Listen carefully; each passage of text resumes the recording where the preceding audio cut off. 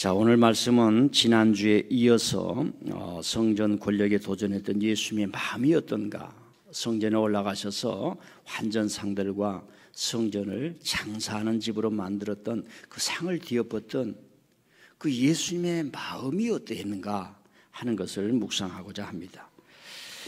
제가 요즘 세상 돌아가는 분위기를 보면서 설교자로서 과연 성도들에게 깊은 묵상을 일으킬 설교를 하고 있는가 하는 생각을 많이 하게 되었습니다.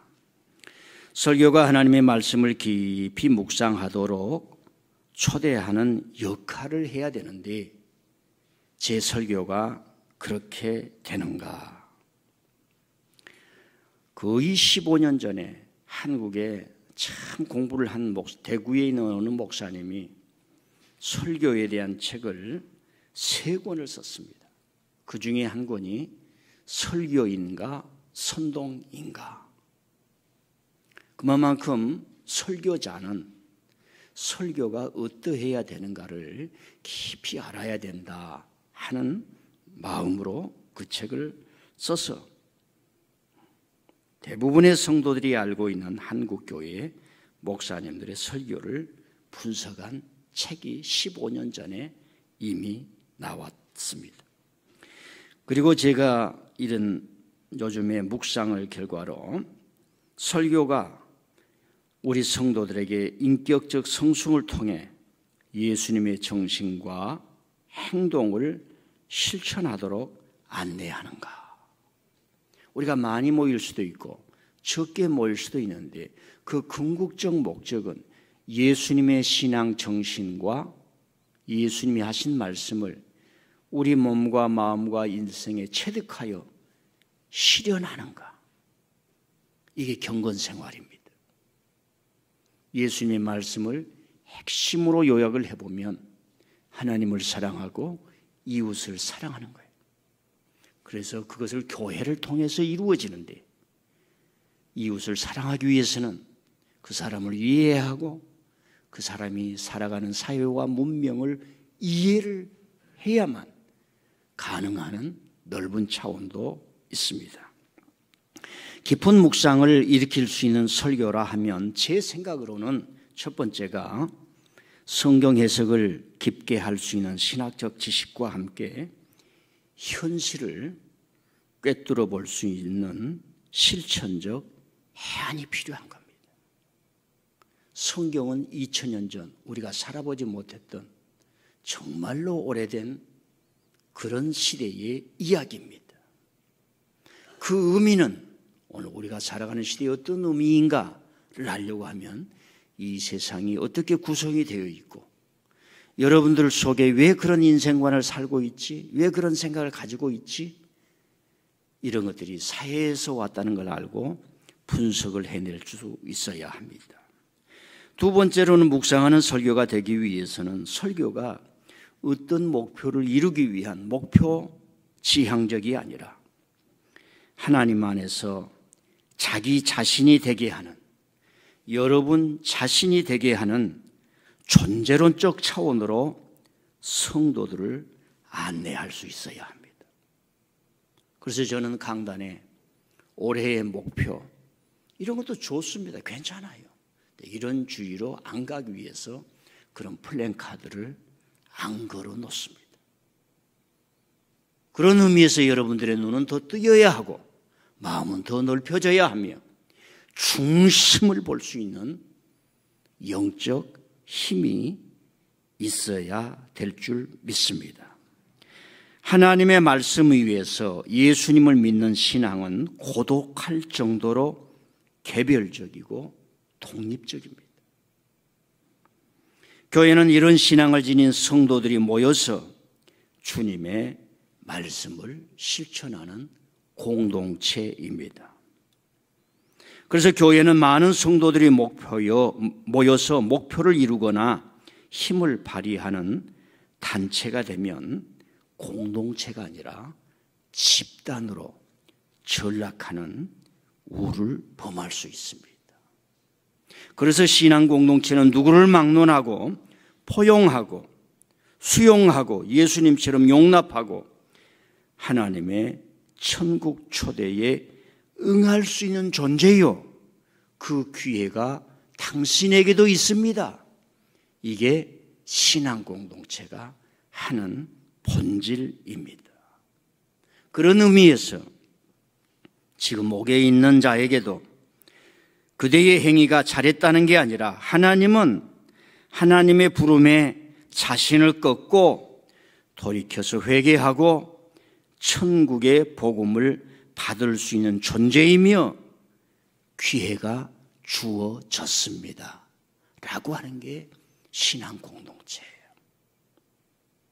심지어 우리가 너무 익히 많이 들은 나와 성적인 정체성이 다른 사람이라 할지라도 하나님은 당신에게 천국의 문을 열어놓고 하나님은 당신에게도 기회를 주시고 하나님은 당신을 향해서도 팔을 열고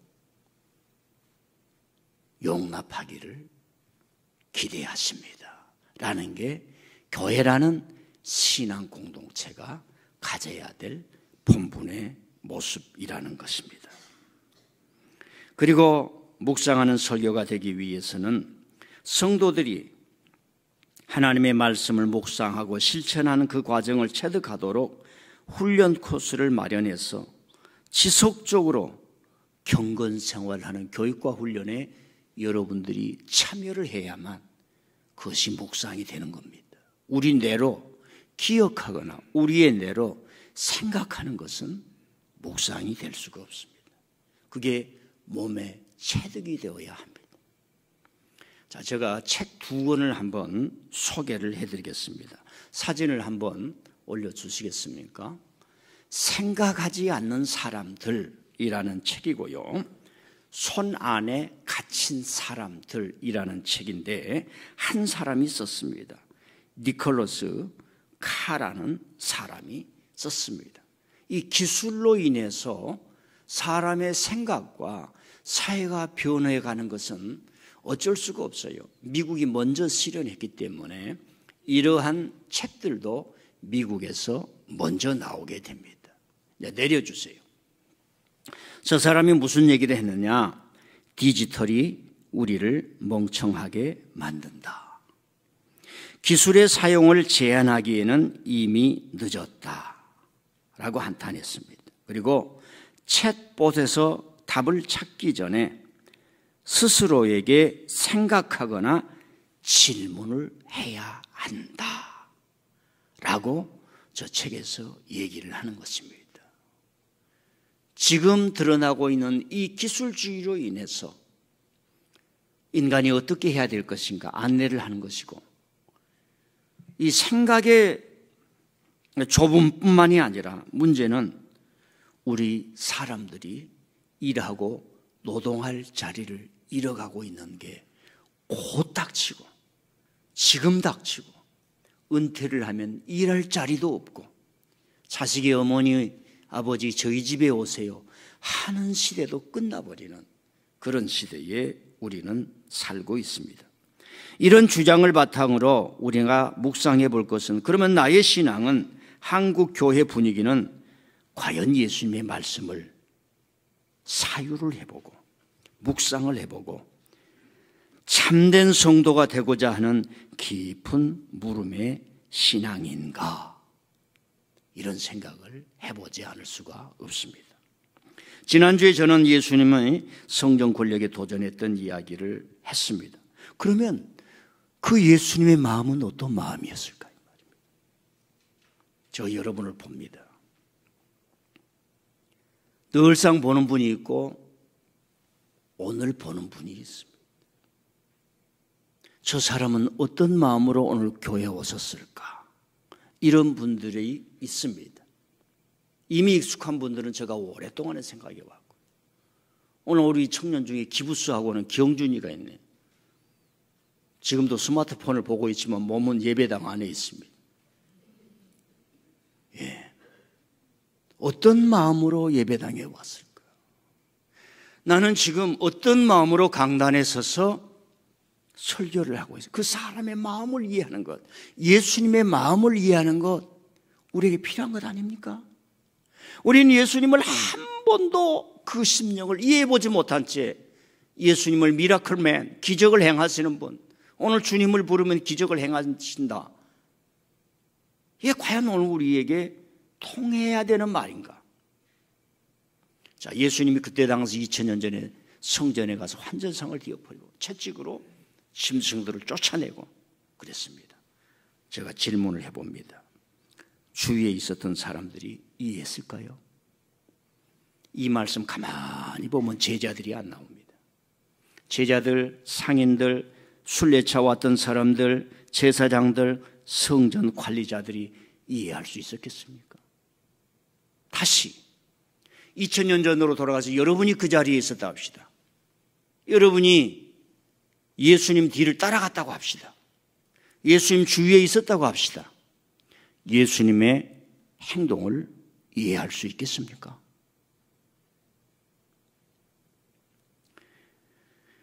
아무도 이해할 수 없었습니다. 그런데 예수님이 이 일을 행하신 거예요. 여기에 묵상이 필요합니다.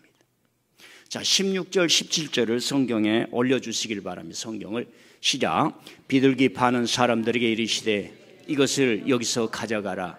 내 아버지의 집으로 장사하는 집을 만들지 말라 하시니 제자들이 성경 말씀에 주의 전을 사모하는 열심히 나를 삼키리라 한 것을 기억하더라. 제자들도 훗날 이해한 겁니다. 예수님이 그렇게 하셨던 이유, 제자들은 지금 초대교회를 통해서 성전이 없는 신앙생활을 전파하고 있습니다. 다시 말씀드립니다. 제자들은 예수님이 승천하시고 난 이후에 성전이 없는 교회를 지금 감당하고 있습니다. 그때에 자신들이 예수님과 함께 사역을 했는데 그 예수님이 하셨던 행위를 그때서야 이해를 하게 되는 겁니다. 하나님의 전을 사모했던 그 예수님의 뜨거운 열정, 패션, 도저히 견딜 수 없었고 사람들이 이해를 하지 못했지만 그들 행하지 않을 수밖에 없었던 이유, 많은 사람이 주일날 놀러가고 돈에 사로잡히고 마약에 사로잡히고 자기의 쾌락에 사로잡히고 돈 있으면 쓸 데가 없으니까 세상에 날리는 그런 세상 속에서도 여러분들이 교회에 나와서 주님을 붙들고 마지막까지 달려가야 하는 이유, 그것을 여러분 스스로 꼭 붙들어야 할 줄 믿습니다. 예수님이 행하신 거예요. 내 아버지의 집으로 장사하는 집을 만들고, 쉽게 말하면 토라의 말씀, 내 아버지의 이름을 망령되이 일컫지 말라.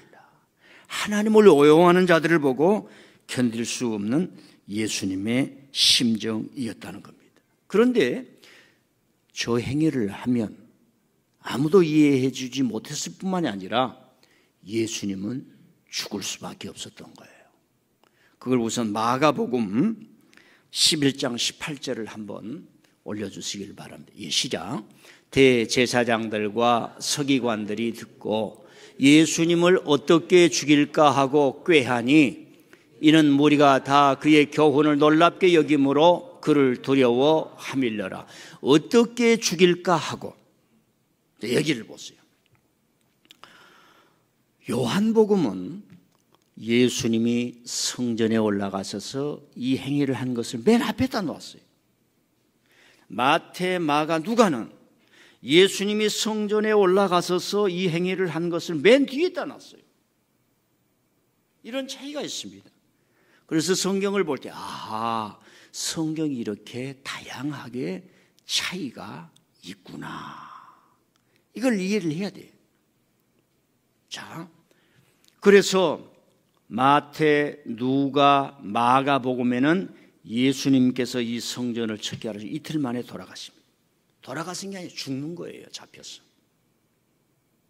베다니 향유분 나사로의 집에 가서 하룻밤을 쉬시고 어여하게 계시다가 그 다음날 잡혀서 겟세마네 동산에서 죽는 겁니다. 우리가 질문하는 거예요. 이 행위가 자기에게 죽음을 가져오는데 예수님은 왜 그런 일을 행하셨을까? 우리가 신앙생활하면서 이 교회 건축을 하면서 여기까지 왔습니다. 저도 일생에 하나님 앞에 개인적으로 그런 기도를 해본 적인데 그건 제가 바뀔 수는 없을 거고요. 교회를 건축하리라 생각도 못 해봤습니다. 그런데 어떤 것이 옳다 그러다 그런 말은 아니에요. 교회를 건축하는 신앙하고 아닌 것하고는 제 개인적으로는 너무너무 차이가 많은 거예요. 첫째는 제가 교만하지 않은 거예요. 자식을 낳는데 자식을 떼내 보낼 수는 없잖아요. 어머니 입장에서 자식이 밉다고 자식을 내버릴 수가 없잖아요.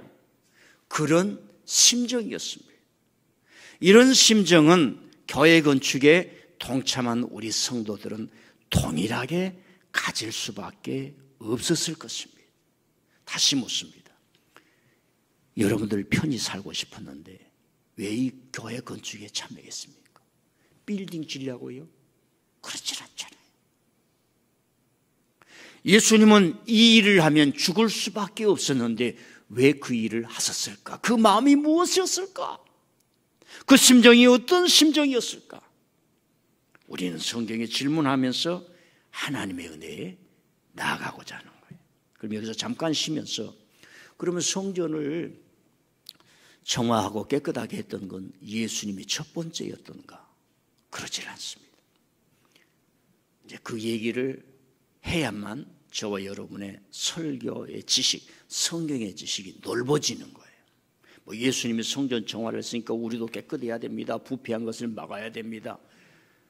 그렇게 하는 것보다 성경이 말하는 걸 들어야 된다라고 하는 게 저의 생각입니다. 예수님 600년 전에 요시야라고 하는 왕이 있었어요. 8살의 왕이 됩니다. 왜 왕이 되느냐? 자기 할아버지하고 할아버지 므낫세하고 아몬이 자기 아버지였어요. 그 증조 할아버지가 히스기야였어요. 히스기야의 아들이 므낫세. 이제 잠 깨기 위해서 벌써 조신 분이 있어요. 합니다. 므낫세. 예, 므낫세의 아들이 아몬이. 국제 정세가 어마어마하게 변하는데 나라가 바람 앞에 등잔불이 되는데 이 사람들이 얼마나 말입니다. 예? 우상을 만들고 이방신을 만들고 성전이 엉망이 되도록 방치를 하고 자기 자식들을 불에 태워서 몰렉에게 다 바치는 거예요. 예. 가끔 가다 점 보신 분 아멘. 컴퓨터나 텔레비 보다가 점 치는데 가만 보신 분 아멘. 한 번도 없습니까? 구약시대에는 하나님을 믿었던 사람들이 이방신을 쓰면 사람들이 다 마음이 하나가 안 되네. 자기 아버지가 2년 만에 쿠데타가 일어나서 죽는 장면을 보았던 사람이 요시야예요.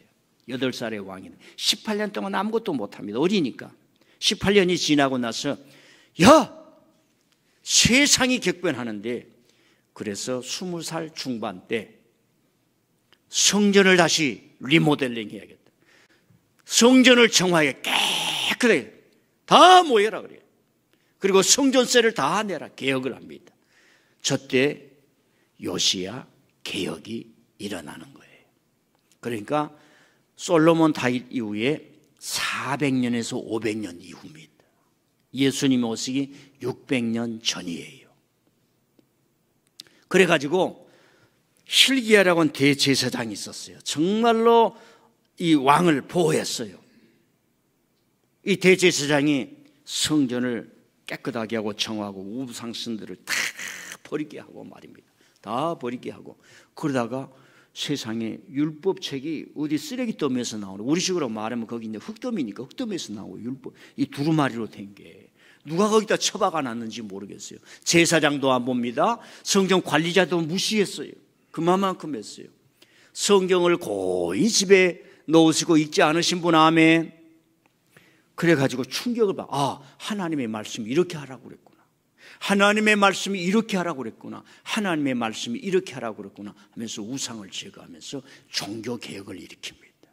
이 사람이 성전을 정화시켰던 사람이에요. 근데 결국 끝내는 성공을 못합니다. 왜? 본인이 전쟁에 나가서 죽어버렸어요. 우리가 항상 구약을 읽다 아수르가 있지요. 아수르가 있는데 바벨론이 아수르를 공격을 할 때 애굽이 아수르하고 한패가 돼서 바벨론을 치자고 애굽의 군대가 올라오는 거예요. 그러니까 요시야에게 길 비켜라 하니까 요시야가 안 된다. 그리고 왕이 왕복을 입었지만 군사복을 갈아입고 전쟁에 나가서 장렬하게 화살 맞고 죽습니다. 왕은 이 정도는 돼야죠.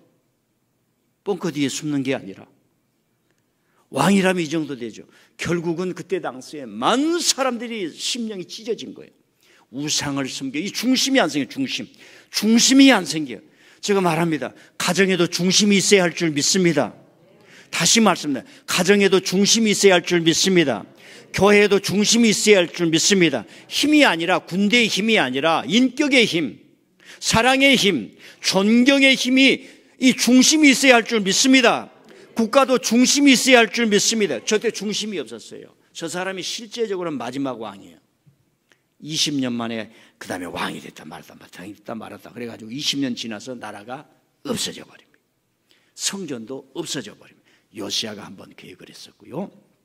그 다음에 선지자들이 나왔습니다. 선지자들. 이사야 선지자, 에레미야 선지자가 저 요시야 때 살았어요. 그래가지고 요시야가 죽는 걸 보고 애통의 노래를 부르습니다. 하나님을 세우려고 했던 왕이 세상을 떠나 화살에 맞고 장렬하게 죽어버리다니. 얼마나 안타까웠어요. 특별히 에레미야는 슬픈 노래를 지을 줄 아는 애통의 가슴이 있었던 사람들입니다. 저가 죽을 때 우리 성도들은 애통의 마음이 있는 사람이 되면 얼마나 좋을까. 좌우지간 그 에레미야는 그런 눈물을 가슴에 품는 사람이었습니다. 눈물을 가슴에 품다는 것은 상대에 대한 연민과 그런 걸 제대로 한다는 거죠. 그 다음에 선지자들이, 제사장들이 타락할 때 강력하게 일어나서 지역을 하면서 성전을 정화해야 된다. 그리고 짐승 드리는 것보다 더 중요한 게 사람이 바르게 되는 것이다. 모세의 말씀 그대로 다시 우리가 살아야 된다 했던 이 두 그룹이 있었다는 말입니다. 그리고 600년이 지난 이후에 지금 예수님이 성전을 정화하는 거예요. 자, 그래도 우리가 공부하는 의미에서 한번 보겠습니다. 그러면 예수님이 성전에 올라가서 다른 사람이 이해를 못하는 거예요. 이해를 못해요. 어떤 환경에서 성전을 정화했던가, 어떤 환경이 있을 거 아닙니까? 그런 것을 한번 보겠습니다. 자, 표를 올려주세요. 제가 설교를 하면서 이렇게 서비스를 잘하니 알아주시기를 바랍니다. 자, 예수님 당시에 나라가 망했죠. 로마의 식민지니까. 근데 문화와 사회 관습은 남아요. 그런데 중심이. 자, 첫째는 바리새파로 사회가 찢어진 거예요. 나눠진 거예요. 저 사람이 율법 전통 고수를 했는데 중요한 거지요. 다 회당을 차지하고 지역까지 됐습니다. 사두개파는 정치 세력입니다. 그래서 로마의 권력하고 결탁한 거예요. 글자로 알지만 쉽게 말하면 우리가 조선시대 때 친일파들하고 일제하고 결탁한 그 세력이 있죠. 그래서 온갖 재물을 다 가져가지고 지금 그 친일파들의 땅덩어리를 다 국가로 회수하려고 해도 시효가 지났다고 해서 지금 못하고 있지요. 그런 사람들. 헤롯 당파라고 해서 헤롯 왕 있지요. 왕 밑에서 왕권을 형성을 하면서 그랬단 말입니다. 그래서 로마가 식민지를 만들어 놓고 어떻게 할까 하다가 그러면 헤롯 왕을 세워서 통치를 하자 그래서 그 사람이 첫 번째 왕이 예수님 시대였던 헤롯 대왕이라 그래요. 그러다가 실패한 거예요. 그래서 총독을 보냅니다. 총독. 그래도 이제 왕이 남아서 저 아들들을 그냥 왕으로 부르자. 그래서 나눠진 왕이다. 그래서 한번 따라해요. 분봉왕. 그 팔레스타인을 4개로 나눠가지고 하나들은 이제 이 아들에게 한쪽은 이 아들에게 이렇게 분봉왕했다 이 말입니다. 그래서 우리가 사도행전에 나와서 스데반을 죽이고 야고보를 선지자를 그 제자를 죽인 그 왕이 헤롯 대왕의 아들 헤롯 안티바스라고 하는데 성경에는 헤롯으로 나옵니다. 선지자를 죽이기 때문에 성경이 충이 먹어 죽었더라. 병들어 죽었더라. 하나님의 선지자를 죽였던 사람들의 운명입니다. 에세네파라고 하는 사람은 성전을 썩었다 이거예요. 우리들만 의롭다. 그래서 세상을 버리는 거예요. 우리들만 깨끗하자. 그래서 사회 사막으로 들어가서 저 사람들이 살면서 하나님의 율법책을 기억하면서 기도만 하고 그랬던 사람들입니다. 자신을 정화하는데, 정결하게 하는 데는 큰 단체이지만 세상을 버리는 거예요. 그래서 예수님이 오셔서 가르쳐 준 겁니다. 하나님이 세상을 이처럼 사랑하사. 다음 주에 나옵니다. 니고데모에게 하나님이 세상을 이처럼 사랑하사. 그러니까 종교적으로 깨끗하다 보면 세상을 다 더럽다고 그래요. 세상을 다 소돔과 고모라라고 그러는데 예수님은 하나님이 세상을 이처럼 사랑하사. 나는 빛으로 어둠 가운데 가느니라. 이게 기독교입니다. 근데 지금 이걸 버리고 있어요. 복음이란 이름하에 우리끼리만 모이자 하는 분위기로 가고 있지 않나 염려스럽습니다. 열혈당파원이 있어요. 열혈당파. 저 사람들은 혁명운동가들이에요.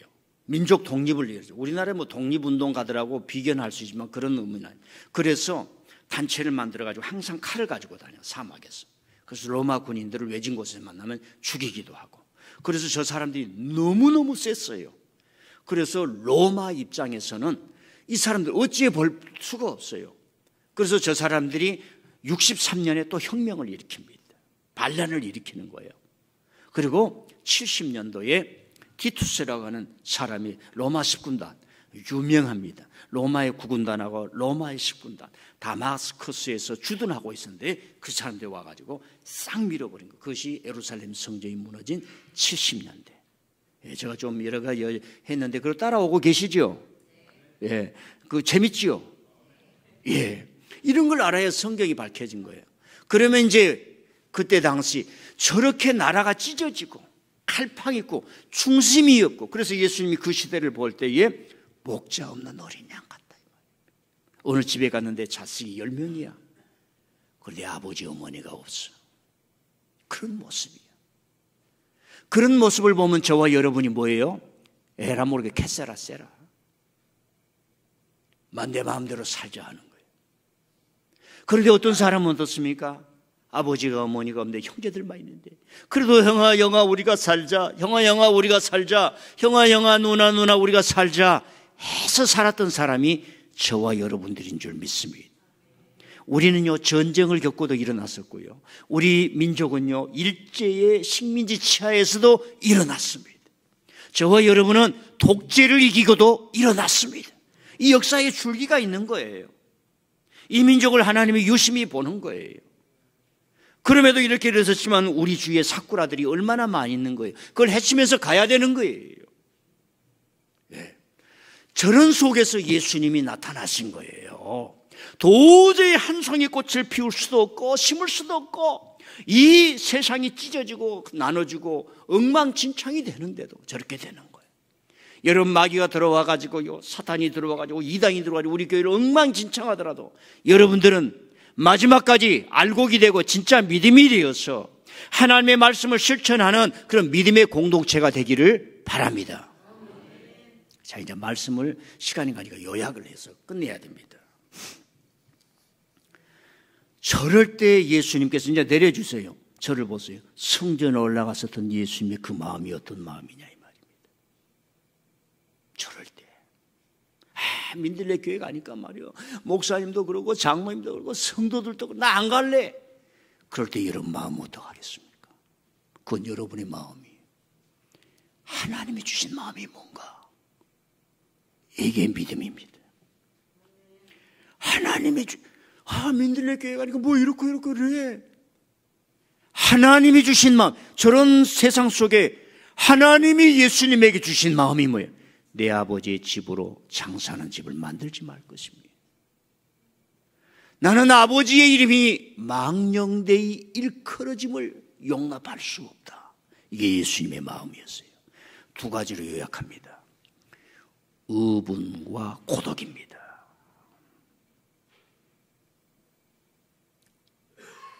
제자들의 힘을 빌리지 않고 혼자서라도 구할 수 있는 힘. 그건 힘이 아니라 생명이에요. 힘으로 하는 게 아니에요. 진리로 하는 거예요. 그러니까 고독한 거예요. 제자들아, 내가 할 테니까 너희들이 앞에서 도와줘. 이게 아니에요. 교회를 건축할 때도 우리가 다 같이 해야 되지만 여러분 그랬잖아요. 하나님이 나에게 이 마음 주시니 제가 이걸 하겠습니다. 그건 하나님이 받으신 줄 믿습니다. 우리 교회가 미래가 어떻게 되든지 나는 우리 전교인들이 이 놀라운 하나님의 역사에 참여하기를 바라요. 또 질문하는 겁니다. 왜 예수님은 의분이 일어났을까? 의분이 일어났을까? 그건 예언자 전통에 있었기 때문에 그렇습니다. 사제 전통, 성전 전통, 왕을 통해서 왕가의 후손 어떤 호화호식의 전통이 아니라 하나님의 말씀을 붙들고자 했던 예언자 전통이 있었기 때문에 예수님이 이 말씀이 나온 거예요. 어떤 사람이 대화를 하다가 재미있게 목사님은 좀 좌파 아니야? 그러더라고. 웃기는 소리가 있네요. 제가 그랬어요. 나는 성경을 통해서 지식을 말할 뿐이지. 이 세상의 역사를 봐라. 참된 지식을 얘기했던 모든 사람이 박해받았다. 그렇다고 내가 그런 사람은 축에 낀다는 건 아니에요. 얼마나 눈깔이 삐었길래 그런 식으로 세상을 보느냐. 예수님이 이곳에 올라갔던 그 마음, 여러분들이 직분자인데 직분자이기 때문에 일을 해야 되는 거 아니냐, 그렇게 말하는 거다고. 여러분의 마음을 이해를 해주고 심령을 이해해주고 그런 상황에서 그런 곳에서 하나님의 일을 하시는군요. 이해하는 건 좀 차이가 있지 않겠습니까? 우리 인간에게는 예수님의 이 마음이 있는 거예요. 거짓을 뒤엎고 싶은 마음이 하나 두 개만 얘기를 해드릴게요. 우리나라에 1392년인가 조선 1400년이라고 그러십시오. 1400년 지금부터 500년 전에 조선이 건국이 되었어요. 그래서 왕이 앉은 자리를 만든데 그걸 이름하여 경복궁이라고 합니다. 혹시 사진 올려줄 수 있어요? 경복궁. 그래서 그 경복궁이 몇 년을 가느냐, 나무로 지은 집이 200년간을 갑니다. 200년간.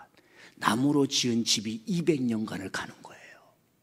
그러다가 선조 시대, 선조 아시죠? 선조 1592년대인가 3년대에 일본이 와서 전쟁을 했어요. 우리는 그걸 임진, 외가 와서 난을 일으켰다는데 전쟁이란 말, 7년간 전쟁을 하는데 좌우지간 도요토 히데요시, 여러분이 잘 아는 이순신 장군, 그때란 말이에요. 하나도 방비를 안 해가지고 파죽지세로 올라오는데 이걸 막을 길이 없는 거예요. 선조가 말을 타고 도망을 가야 돼. 그래서 개성까지 도망을 가는 거예요. 피난을 가는 겁니다. 경복궁, 신성한 공간, 조선의 왕이 앉은 공간, 백성들을 놓고 버리고 도망가는 왕을 우리는 모셔서 불질러 버렸어요. 200년 동안. 왜요? 여러분, 사람에게는 이제 저것은 경복궁이라고 하고, 그 경복궁이라고 하는 한 사진만 보여주세요. 전체 보냐. 거기 저기는 경내고. 자, 여기 보세요. 여기. 사람의 마음 속에는 예수님의 마음이 있는 거예요. 거짓을 행하면서 진실인 양, 이것은 주님이 저와 여러분에게 분별해서 주신 의로운 마음인 줄 믿습니다. 무슨 말인지 모르신 것 같네요. 자, 두 번째 예를 하나 드릴게요. 우리나라에 경무대가 있었습니다. 6.25 전쟁 때 서울 시민을 두고 먼저 피난을 간 대통령을 후에 국민들이 끌어내려 하야시켰습니다. 영원한 왕자의 자리일 것 같았던 경무대, 반대파들을 암살을 명했고 선거를 조작하여 영구 집권을 기했던 그곳, 지금 영원히 사라져버렸습니다. 예수님께서 성전에 올라가셔서 했던 그 마음이 무엇일까? 그 사건의 의미가 우리에게 무엇일까? 예수님의 이런 성전의 허상 선포로 인해서 여러분, 초대교회의 길이 열리는 겁니다. 초대교회는, 제가 예수님이 성전에 올라가서 이런 주님의 은혜로 말미암아 은혜를 받아 경건을 통해서 다시 성전을 청결했습니다, 이렇게만 알면 50점이에요. 50점. 저는 분명히 알기를 거의 우리는 50점 수준을 넘어가지를 못해요. 이 예수님의 성전, 그 의분과 고독으로 말미암아 자기 목이 날아갔잖아요. 죽으셨잖아요. 십자가에 죽으셨잖아요. 잡히셨잖아요. 더 이상 돌이킬 수 없는 거예요. 그리고 나서야 제자들에게 성전 중심이 아닌 신앙, 믿음의 신앙의 길이 열렸다니까요. 이 깨달음이 여러분에게 영적 기쁨을 주시기를 바랍니다. 그래서 바울 사도가 신학적 정립이 이루어지는 거예요. 평생을 성전 중심의 유대율법주의에 갇혔던 바울 사도가 우리에게 신학적 정립에서 딱 메시지를 주는 겁니다. 자, 고린도전서 3장 16절 17절 올려주세요. 시작. 너희는 너희가 하나님의 성전인 것과 하나님의 성령이 너희 안에 계시는 것을 알지 못하느냐. 누구든지 하나님의 성전을 더럽히면 하나님이 그 사람을 멸하시리라. 하나님은 성전은 거룩하니 너희도 그러하니라. 자, 예루살렘에 있는 눈으로 보는 성전이 아니라 그건 무너져 버렸습니다. 너희가, 교회가, 예수님을 믿는 성도들의 모임이 거룩하다는 얘기입니다. 여러분 중독에서 벗어나시길 바랍니다. 왜? 여러분은 거룩하니까. 죄에서 벗어나시기를 바랍니다. 여러분은 주의 성전이니까. 우리 교회는 헛된 생각을 가지고 세상적인 사람이 와서 변화받을 수 있기를 바랍니다. 이것은 주님의 성전이니까. 이제 아시겠어요? 예수님께서 이 성전에 올라가서 이 일을 행함으로 초대교회에 성전을 바라봤던 예루살렘이 아니라 시온이 아니라 하나님께서 미래로 가는, 그래서 이방인을 초대하는 거예요. 여자들을 초대해서 하나님의 은혜를 받게 하는 거예요. 창기와 세리를 초대해서 하나님 나라에 초대하는 거예요. 왜? 성전을 긴 껍데기로 만들었던 그 예수님께서 이 일을 행하시고 죽으심으로 믿음의 종교를 만들어냈고, 그리고 안디옥 교회처럼 세상으로 번져가는 믿음의 길을 열어놓으셨던 겁니다. 결론 부분은 제가 읽고 마치겠습니다. 예수님께서 성전 권력에 도전했던 마음은 의분과 고독이었습니다. 홀로서 짊어져야 했던 길, 목숨을 내놓아야 했던 길, 외롭고도 고독했던 길이었습니다. 의분과 고독의 길이었고 죽음의 길이었지만 예수님께서는 성전 청결을 하셨던 그 근원은 예언자 전통에 하나님의 이름이 망령되이 일컫는 권력을 깨뜨렸던 겁니다. 성전 척결에서 우리에게 가르쳐준 것은 성전을 빌밀 삼아 하나님을 망령되이 여기는 그 어떤 것도, 제도도, 성전도, 다윗이 지었던, 솔로몬이 지었던, 천년을 지내왔던 그 어떤 것도 하나님을 대신할 수 없다는 비신화를 가르쳐 주었던 겁니다. 그러기에 우리는 예수님의 말씀과 가르침으로 매인 모든 것으로부터 자유할 수 있는 것입니다. 물질에 매이지 마시기를 바랍니다.